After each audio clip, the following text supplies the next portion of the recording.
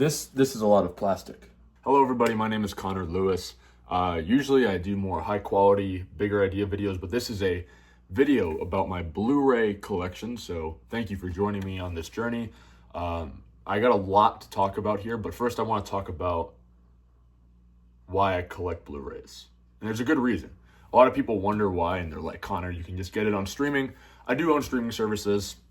I have pretty much all the major ones, but movies are not always available. Things I want to watch are not always available on streaming, so being able to own them physically and not be limited by the constraints of Netflix and Hulu and Amazon and HBO and Tubi and Pluto and everything else is great. It's a great feeling. Not only that, but Blu-rays look much better than streaming does. This is not because of anything beyond the fact that Blu-rays are not connected to the internet in any way. When you're streaming something, you have to connect through the internet, stream it from Netflix's servers to your television, your phone, your laptop, what have you. Yes, you could also pirate things. I don't really buy into that. I don't believe in that. I shame anybody who does, because you are not supporting these wonderful artists that create these great pieces of art. I've seen people do it for things that are not available anywhere else. I'm not going to tell you what to do. I don't take a sip of water. I don't pirate movies. I don't do any of that. To me, it's just not something I want to do. But again, another great part about Blu-rays, here's an example right here. This is After Hours on Criterion Collection in Ultra 4K, I believe. And this is a movie from 1985. And just an example, beyond just being a highly upscaled version of the original movie, it includes some extra details. I'm gonna read it from the back here. So 4K digital restoration. You get the disc on 4K UHD and a Blu-ray disc as well. A special conversation between director Martin Scorsese and writer Franz Lebowitz. Audio commentary featuring Scorsese, Schoonmaker, director of photography Michael Ballhaus, and actor-producer Griffin Dunn. A documentary about the making of the movie, and a bunch of other stuff, deleted scenes, trailers, subtitles, and an essay by critic Sheila O'Malley. This is one of the great things. Now, not every Blu-ray has all those features. Criterion is very special for that reason. That's why I love collecting Criterion and other companies like it, because you get a lot of cool extra stuff you cannot get on YouTube. Some of them you can. Some of them you can. You can't get on YouTube, can't get on Netflix, HBO, all these other places. If you're a fan of movies, collecting is definitely the way to go. Now, I will get off my soapbox, and we're going to discuss some movies. I have a large collection, as you just saw from the beginning. This is going to be a very casual video. I have some big ideas planned for the rest of 2026, so please stay tuned for that. Stick with me, and maybe I will talk about my DVD collection. On the wall next to me, I have a bunch of DVDs. They're out of frame. Maybe I'll talk about them. I haven't seen pretty much all of them, so discussion on that may be a little tricky. But if this video gets more than 12 views, not even likes, 12 views, I will do that. All right, we'll start with After Hours again. Great Martin Scorsese movie. Stars Griffin Dunn, a man lost in New York. A very anxious movie. A lot like the Safdie brothers movies.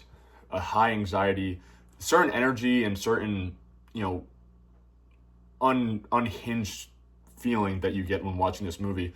I watched this for the first time on Criterion. In this very room that we are sitting in right now, I watched this for the first time on Criterion. I bought it when it was on sale. If you can find a Criterion sale, usually Barnes & Nobles has them like 50% off at times.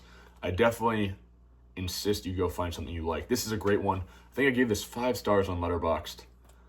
Pretty great movie. Gotta rewatch this one. It's very tight. It's 97 minutes. Martin Scorsese movies are not 97 minutes. If you've watched pretty much any of the other ones, I have a few more, I think, in here somewhere that we'll get to. They usually are well over 2 hours. That's not a bad thing, but if you're in a pinch and you really want to sink your teeth into something really special and something that's influenced many directors of today, check out After Hours. Next, Cocktail. It stars Tom Cruise, my favorite actor. Favorite actor ever. Directed by Roger Donaldson. Stars Brian Brown and I think Elizabeth Shue. Yes, it does. Tom Cruise plays a young hopeful businessman in 1980s America who stumbles his way into becoming a great bartender. It's a movie about entertaining. It's a movie about chasing your dreams. It's not a very good movie. Tom Cruise is extremely entertaining in this. I haven't seen this in a little bit. I have seen the movie before. It's one that I think I got this on sale. It was like $5 at Barnes & Noble, which is a great deal. Very good Tom Cruise performance. Good Brian Brown. The plot is a little bit messy. It's definitely not like the first thing I'd insist you watch out of this whole collection that we're gonna continue through. But I think it's pretty good. If you're looking for a good Tom Cruise, very entertaining Tom Cruise. They're doing bottle flips. They're doing a lot of fun stuff. Tom Cruise sings "Addicted to Love" by Robert Palmer in a bar scene, which is very fun. It's very fun, not great, but we're gonna keep it moving. Another Tom Cruise movie. This one is also directed by Martin Scorsese. The Color of Money, one of my 4 favorite movies ever, and I couldn't help but get this on Blu-ray. It also stars Paul Newman. This is a sequel to The Hustler. This is a movie about pool, billiards pool, to be specific, 8-ball, if you will. It's a movie similar to a lot of sports movies that come after it, and yes, this is a sports movie about hustling, about trying to make it in America, about trying to get a quick buck, and about being a young, agile, fast-talking man. Tom Cruise is extremely funny as Vincent. The pool scenes are electric. It's probably my favorite sports movie ever. Don't quote me on that. I haven't really done the research and done a lot of thinking about it because there's a lot of great ones. But this movie is fantastic. On Blu-ray, it looks really good. Again, directed by Martin Scorsese. It's beautifully shot. All the pool scenes are just the best. Like, this is a really fun one. I don't know if this is on streaming right now. It's pretty hard to find on streaming, which is why I bought it on Blu-ray.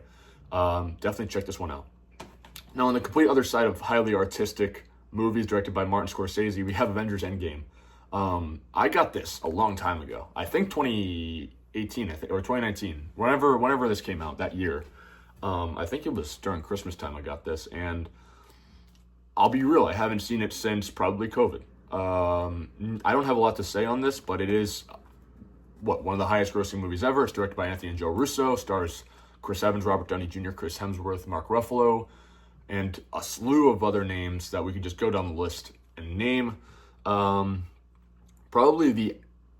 I was going to say the last great MCU movie, but I don't even know. I haven't seen a lot. I mean, I don't know if it's better than Guardians of the Galaxy 3, which came out after. But, still pretty good movie. Maybe something I'll have to rewatch. I do have it, again, 4K Ultra HD.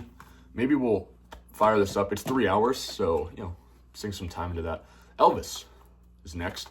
This is complicated. Baz Luhrmann, very good director in my opinion. He gets a lot of flack because he's very much style over substance. However, his style is almost unmatched. I really like The Great Gatsby, his rendition of that. But I do think Elvis is probably his best movie. Stars Austin Butler, giving a great Elvis performance. Basically changed his trajectory for his career basically forever. He still kind of talks like Elvis a little bit, not as much, but still has a little bit of that twang compared to how he used to talk. He became Elvis. Like, when you do the research and you really look into everything Austin Butler did in preparation, it's almost more impressive than the movie itself. This movie's pretty good. Tom Hanks is brutal. Not a huge fan of his performance in this. I love Tom Hanks, but don't think this was the right call. Again, not one I've seen in at least a year, so it's not super fresh in my mind. But on the back, this is a Blu-ray DVD digital code special edition, so this is probably like $40 when it came out, which in 2022 maybe. Again, it comes with a bunch of extra stuff. Behind the scenes Blu-ray, behind the scenes documentaries, a lot of other extra stuff, which is another cool thing about these Blu-rays, man. This is the point I'm trying to hammer home, is that things like this are not like super common. Like, we're getting away from the physical media trend where these things would happen all the time, even if you go back, and everything's on streaming now, which limits a couple of things. First of all, it stops them from achieving their true beauty of being in a theater. Nothing will compare to how a movie looks when it is in theater, especially when it's on film. But it also limits the special editions, which Netflix, HBO, all these other streaming services don't usually have. I'm sure there's exceptions, but generally speaking, they don't have the extra bonus features that directors really put time into to make special. And beyond that, again, these things move around a lot. Like, I know we have the whole Netflix buying out Warner Brothers lawsuit deal, whatever going on. Not really sure how that's going to go. So by the time this video comes out, they may have well come to a deal at that point. But as of right now, you know, everything is very spread out. Nothing is on one streaming service forever, generally speaking. There's exceptions, like, you know, the Marvel, anything owned by Disney is always going to be on Disney Plus.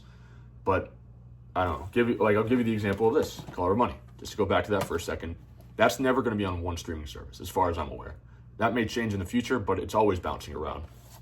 Elvis is another good example. I think it's on Netflix right now. I would give it a look. Eyes Wide Shut. I haven't seen it yet.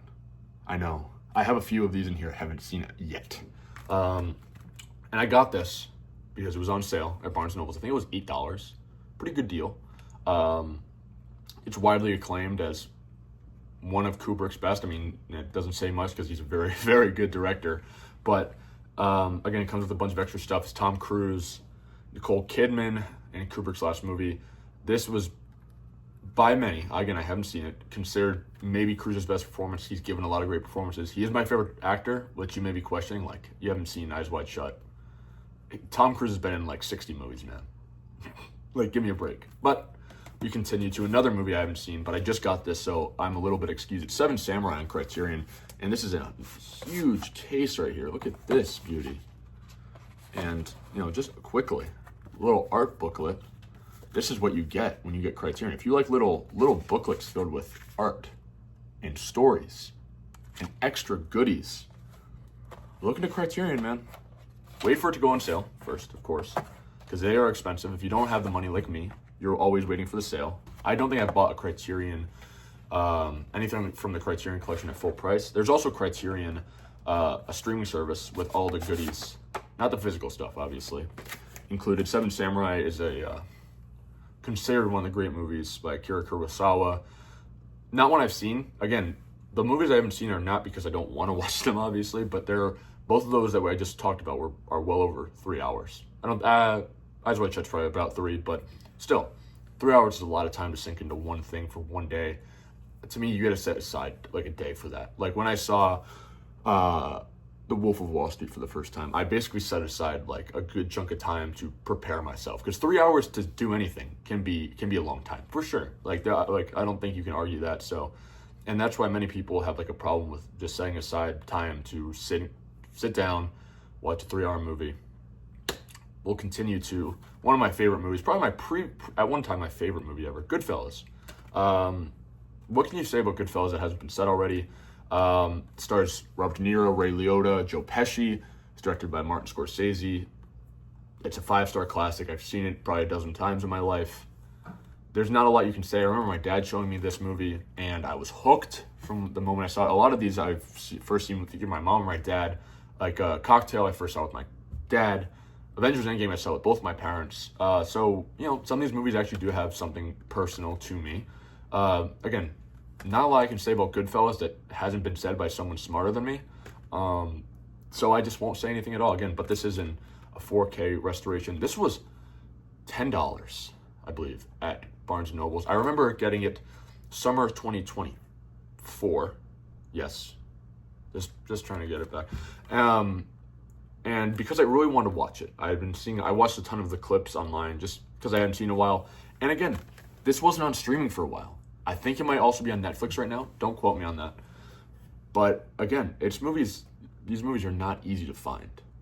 And one of my favorite movies ever. I think a lot of people can share this sentiment. It's better to just have it. It doesn't cost a lot, like $5 to $10. Like, I get it. Like, you know, things are expensive these days. And, you know, setting aside $10 for a movie that you might only watch twice a year, maybe not worth it, but, you know, I'm just saying. When it's something you really love like this, like I love Goodfellas a lot, it's great to own it. This one includes a commentary by, I don't even know who it has, cast and crew, and Cop and Crook. There's 2 separate commentaries, not one big commentary with a ton of people in it. But, again, got snubbed at the Oscars, though. Should have won Best Picture. Let's move on. I haven't seen this one either. It's Oppenheimer, Christopher Nolan, with The Odyssey coming out this year.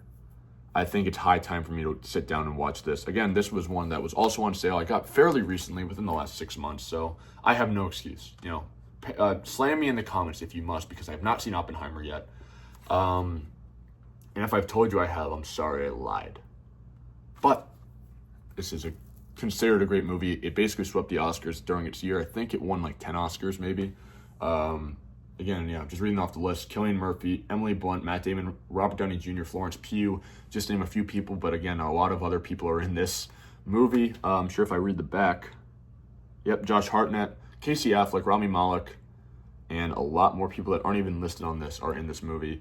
Again, this is the Blu-ray copy with DVD and digital code. I mean, what can you say? Robert Downey Jr.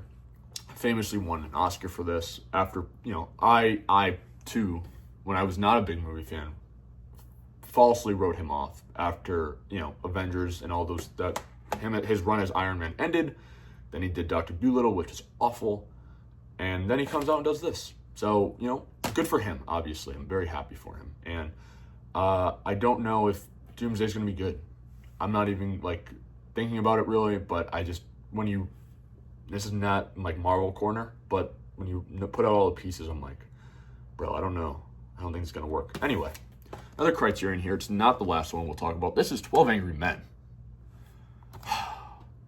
This is one, I think this was either my first or my second Sidney Lumet movie. Just a fantastic movie. Again, very tight. This is 96 minutes, man. And it's probably one of the best written movies ever that I've ever watched in my life. Just purely writing. Just purely writing. It's also very well directed, very well acted. If you don't like black and white movies, I know some people, for some reason, there's this weird thing against black and white movies. Give it a shot. I don't know what it's on right now. I own it, so I don't really worry about it, but I saw it restored in 4K. It looks beautiful. And man, like, I'm blown away. And again, on the back is all these special features. I'll read off a few because you're in my world and you must listen to what I say.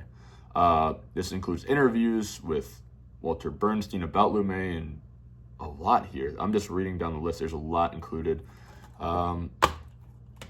Look at this little booklet real quick.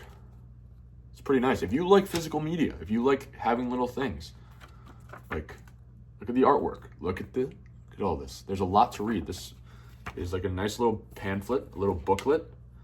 And man, what a good movie. Like, genuinely a 5-star classic. I've seen it. I gotta watch it again because I love this so much. Henry Fonda is fantastic in this. It gives a great cast. On paper, if you're not huge into film, you might read the description and be like, it's just 12 guys talking in a room. And like, there's no like cutaways, there's no, you know, anything outside of that, really. Like the majority of the film, super majority of the film is just in one room with 12 guys talking. There's other characters in the beginning and at the end, but that's the overall story, and it's people talking, and somehow it flies by, and it is extremely entertaining. And all the characters are very different. That's the number one thing I gained from this, is that all the characters stand out very much. I love this movie. Please watch it. It's very good. I think this is the last Criterion here. It's the Grand Budapest Hotel. Again, I'm sensing a theme here because all the Criterions that I've watched are all 5 stars. Maybe get to work, guys. Grand Budapest Hotel is a Wes Anderson movie from 2014 about war in Europe, about the hotel industry. It's a beautiful movie starring Ralph Fiennes, Adrian Brody, Willem Dafoe, and many, many, many other people. There's a lot to say about this movie. This is a very big movie with a lot of themes about war and peace and love, and a young love specifically. Also old love, graphically. But a very good movie about betrayal also. And again, the hotel industry, which I didn't think was interesting until I watched this, and there's a lot of interesting themes about that going in here. Beautiful movie. Like, let's see if there's a booklet in here. Here's some of the art. I know I'm recording on a phone, so maybe it's not the best way to show this off, but just the colors, just the pastel, beautiful colors. Oh, what's this? A booklet. Look at that. That's nice. And then what does it do? It opens up. Isn't that great? Isn't that fun to just sit down, watch this movie, then read all these little... There's a lot more in here, guys. I could do a whole separate video on why I love Grand Budapest Hotel. It is definitely one of my favorite movies. I watched last night. I watched Bottle Rocket, Wes Anderson's first feature film from '96. Stars Owen Wilson, Luke Wilson, James Caan. Very, very good movie.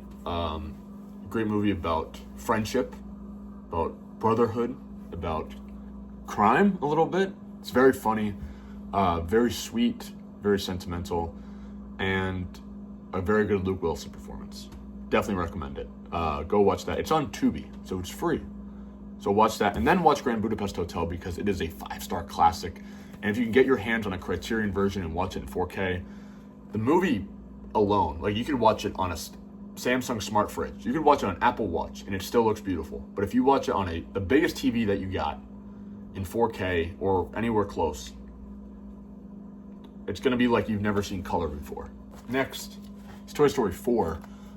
I haven't seen this since it came out. I may have seen it maybe once on Blu-ray or DVD, but I haven't seen it since. I remember liking Toy Story 4 to be specific. Not a lot of thoughts, again, because I haven't seen it in, 6 or 7 years? I don't know. I don't really have any opinion. I like Toy Story as a franchise. I'll probably revisit this hopefully at some point. I got this before Disney Plus was a thing, I think. So I had no way of knowing that this would be available for everyone all the time on streaming forever. It's fine to have. The Suicide Squad. Very good James Gunn movie. I loved it when I saw it in theaters. Not a lot of thoughts. I really like his interpretation. I think it's obviously way better than the original one, the director that escapes me now, but it stars Will Smith, Jared Leto, notably as the Joker, and also Margot Robbie's interpretation of Harley Quinn, which also returns in this. I think this is really fun. It's pretty sweet. Has some heart to it. Some characters are a little underdeveloped, but it's a very good interpretation of the Suicide Squad. And eventually, obviously, it was such a big hit. We got a Peacemaker television show on HBO, which is in season 2. I think I've seen about half of season 2. I've seen season 1 all the way through. I liked it a lot, and pretty cool. Let's continue with Star Wars: The Force Awakens. Love Star Wars. First of all, Star Wars is a great franchise overall. Have some qualms with the prequels, but this is a very good movie. I haven't seen it in a couple of years, but it's sort of just a retread of A New Hope, which isn't a bad thing necessarily, because this was, again, so long after Star Wars had previously had a movie. I think it was at least 10 years, which is a good amount of time to kind of, you need to reset, introduce your new characters, bring back some of the old characters in moderate ways. Like obviously we saw Han Solo and Princess Leia. Spoiler alert, Han Solo dies. And, not a bad way to re-begin your Star Wars franchise under Disney's label. Obviously, I know now that all these are available on Disney Plus. I didn't buy this. This is my dad's. He gave it to me. He's probably seen this movie about 60 times, probably. I remember when this came out in theaters. I did see it in theaters in 2015, so I was probably 9 years old. Had never seen a Star Wars movie. It was my first time. And when I went for the first time, I think it was my dad's third or fourth time when he saw it, which is very funny. That shows how much he loves Star Wars. He loves Star Wars a lot. Like casually when I'm about to go to bed at maybe 1 a.m. sometimes, I will hear him coming back from work, and then I will hear dun, dun, dun, dun, dun, like just a music blasting in the background, and it's just usually it's either the original trilogy or this one. He's not huge on the prequels or the other sequels as much, but he loves Star Wars, and that's something we got to share together, and so I do love this one a lot. It was also $28 when it came out. He bought it full price, but it includes deleted scenes and some behind-the-scenes stuff, which is cool. We're getting to the end, guys. I'm not excited. This is sad. Spider-Man Homecoming. I have a unique relationship with this. At first, I really liked it the first time I saw it in theaters, which was 2017. Not my first Spider-Man movie. I had seen all the Raimi movies at that point. I liked Holland's interpretation of Peter Parker. As Spider-Man, I think he's fine, not great. This movie is a good movie. Like, it as just a movie, it is good, but I do not like it as a Spider-Man movie, which is probably one of my hottest takes about superheroes in general, is I don't think this is a good Spider-Man movie. I think this is a good movie. I think, like, if I had to give it, I hadn't seen it in a while, since, like, I think I've really started to lock down on Letterboxd, but I've seen it enough times to give a good interpretation of it, which is that Peter Parker and Spider-Man, but Peter Parker as the character, doesn't really face any consequences as the Garfield and Maguire interpretations do, or even the animated ones. He gets bailed out a lot by Tony Stark. Obviously in the third act, not so much, but he doesn't develop enough as a character for me to really care about this version of Spider-Man. Eventually he does. Even in his second film, Far From Home, I think that's the title of it. I think that, there's this overlooming feeling of Iron Man. And again, I know that Robert Downey Jr.'s interpretation of Iron Man and Tony Stark was so impactful and so important to the MCU as a whole. But, it's a Spider-Man movie. For the first one, it's almost passable, and then the second one, they continue this. The third one, that they move on, and actually, I think the third one's my favorite. Even beyond all the fan service they do, I think No Way Home is probably my favorite of the Holland movies. Obviously, Brand New Day comes out this year. I'm excited for it. I hope it's good. I want it to be good, but again, they're putting too many characters that are already in the MCU in. I get it. You want it to feel all connected. That's cool. But I feel like anything more than a cameo can be a little overwhelming for me. Just as a fan of Spider-Man as a character, I go back and watch the original Sam Raimi trilogy, and I'm like, man, these movies are really smart. They look really good. Even 3, I really think 3 is great. Like, I think 3 is a really good movie. And, they reference other things. Like, there's a Doctor Strange reference. There's all these other references to Superman, to whatever. But it still feels connected to other things without, having a subplot about a side character or whatever. We'll see what happens in Brand New Day. But if I remember correctly, Mark Ruffalo and John Bernthal are supposed to be in it. I could be wrong on that. Like, that may be different now. But, like, those are 2 big names and 2 big characters, the Hulk and the Punisher, respectively, that will take away from the story of Spider-Man and his continuation in that. So, I don't know. I mean, we'll see. I haven't even seen a trailer for it. Maybe it'll be good. Maybe I'll like it. I hope so. Take a sip of water, because I just talked for like 7 minutes straight. We're getting to the end, guys. Don't worry, it's almost over. It's my favorite movie of all time. Once Upon a Time in Hollywood. I love this. It stars Leonardo DiCaprio, Brad Pitt, Margot Robbie, Austin Butler, Mikey Madison, Al Pacino, Sydney Sweeney's in it. A lot of people are in it. This is a really big, overarching story. It's almost 3 hours, but I love it so much. It doesn't feel like 3 hours. It is about not really a plot. Like, when you break it down, this movie's not about a plot. It says the 3 days of 3 different characters' lives being Cliff Booth, Rick Dalton, and Sharon Tate, who's played by Margot Robbie.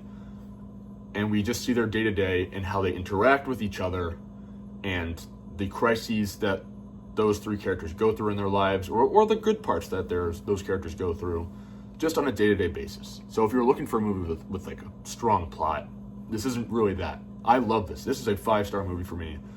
Incredibly well written. It's Quentin Tarantino, so the dialogue is going to be fantastic. Looks really good. Takes place during 1969 in Hollywood, and they basically, the behind the scenes on this, I've watched obviously 100 times. All the behind the scenes stuff about how they changed Los Angeles, downtown LA, to look like 1969 LA. It's crazy. Like, it looks so good, and you forget that this movie came out like 7 years ago. Like, this movie came out in 2019. You could swear it didn't. Like, you could just swear it was a product of its time. And there's a lot of good references if you like old Hollywood, if you like the history, and you like the stories, and you like all the characters, so to speak, of these people that were alive back then. You're gonna love this, man. And then there's the overarching story of the Manson family and how that they interact with Rick, Cliff, and Sharon Tate, and it's really good. Like, so it's not just like the day in the life of these three people. There's like an overarching narrative of the Manson family and the murders that were happening at that time in real life. It's a little like Inglourious Bastards, if you like that movie, and Django also, where it's a little bit like Tarantino's rewriting history. And I watched plenty of video essays, so maybe these aren't all original thoughts, but I've come to agree with that Tarantino loves to rewrite history, and this is one of those things. So if you're interested in stuff like that, and you don't know a lot, but you're interested, or you are a fan of that time period in American history, give it a watch. Like, there's some really funny stuff. It's very funny, looks great, it's well acted. I know people that didn't love it the first time, and then they go back to it and they're like, I was wrong. That's not even a joke. Like, some people, you might not get it the first time, which I know no one wants to hear. Everyone has a limited amount of time. So you gotta watch it twice, at least, to get it. Maybe you'll like it the first time. Once Upon a Time in Hollywood, watch this. This means a lot to me. This one's a true favorite. Two more. Reservoir Dogs. Quentin Tarantino's first feature film. A big fan of Tarantino as a director. I think he's one of the best American filmmakers ever. Not my favorite. I think Scorsese is probably my favorite, and I think I like Wes Anderson a little more. But it's undeniable how great he is, and this is a great example of a few things. His writing ability, which is almost unmatched compared to any director, and his ability to scope out talent in actors really comes into play here. Again, I'm just going to list off the front. Harvey Keitel, Tim Roth, Chris Penn, Steve Buscemi, Lawrence Tierney, and Michael Madsen. Whew. Great cast for a first movie. Like, imagine that's your first movie and that's your cast. Like, it's a little like Wes Anderson's Bottle Rocket in that way, where his first feature film has a pretty damn good cast, like a really loaded cast, and this is no different. This is the 50th anniversary. I believe we got this from Walmart. It was on sale. Again, includes some behind-the-scenes documentaries and featurettes. It's about a heist that goes very wrong. We never see the heist, which is kind of the trick of the whole movie. A little like in Goodfellas when we never see the Lufthansa heist. We never see the heist happen because it would cost a lot of money. But it's kind of a smart way to go about it, so we can discover what's happening with these characters and their relationships with one another as the movie's unfolding. And it's so smart. This movie is really great. It's 100 minutes. I just want to look at that. It's 100 minutes. So an hour 40. Like, again, probably Tarantino's shortest movie. I'm not off the top of my head. Just watch this, man. This is really good stuff. You won't regret this. I think this one's pretty damn great. It's not obviously Tarantino's best. I think it's like in that 4.5 star range, like just really good. Finally, is the Naked Gun trilogy on Blu-ray. These movies are like comedy classic, like especially the first one, probably one of the funniest movies I've seen in my entire life. It's funny because usually the funniest movies I watch are not comedies, like they're dramas that are just funny. Like, I think Goodfellas is a good example because there's stuff in Goodfellas that is laugh out loud hilarious, but it's not a comedy. Like if you watch the movie as a drama, it is a drama. But these are true comedies. The Naked Gun. It is a spoof of police movies during the time. It stars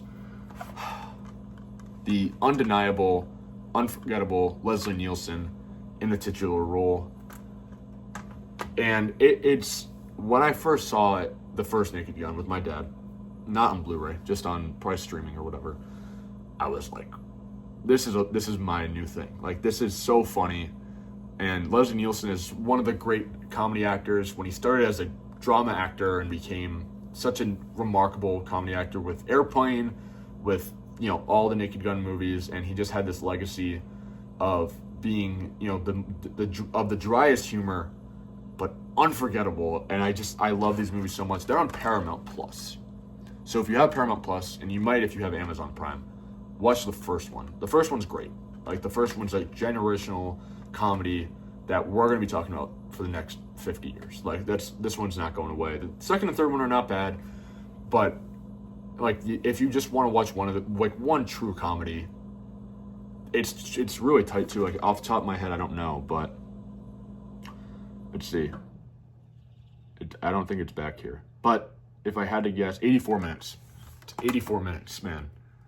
It's less than an hour and a half. It's an hour 20. Like, just go, like, not everyone has time to sink into some of these 3-hour movies like Oppenheimer, which is right next to me, or Seven Samurai, or whatever. If you want, like, a very funny movie that you're going to laugh a lot, and, again, you got to pay attention because it's not, like, it's very low-key humor. Like, it's very dry. It's very, the direction is very good. And, there's blink and you'll miss it type gags that are just so funny. And the one that came out this year starring Liam Neeson, it's very good. Like, if you haven't seen it, I really recommend it. I saw it in theaters, and I'm like, this is really funny.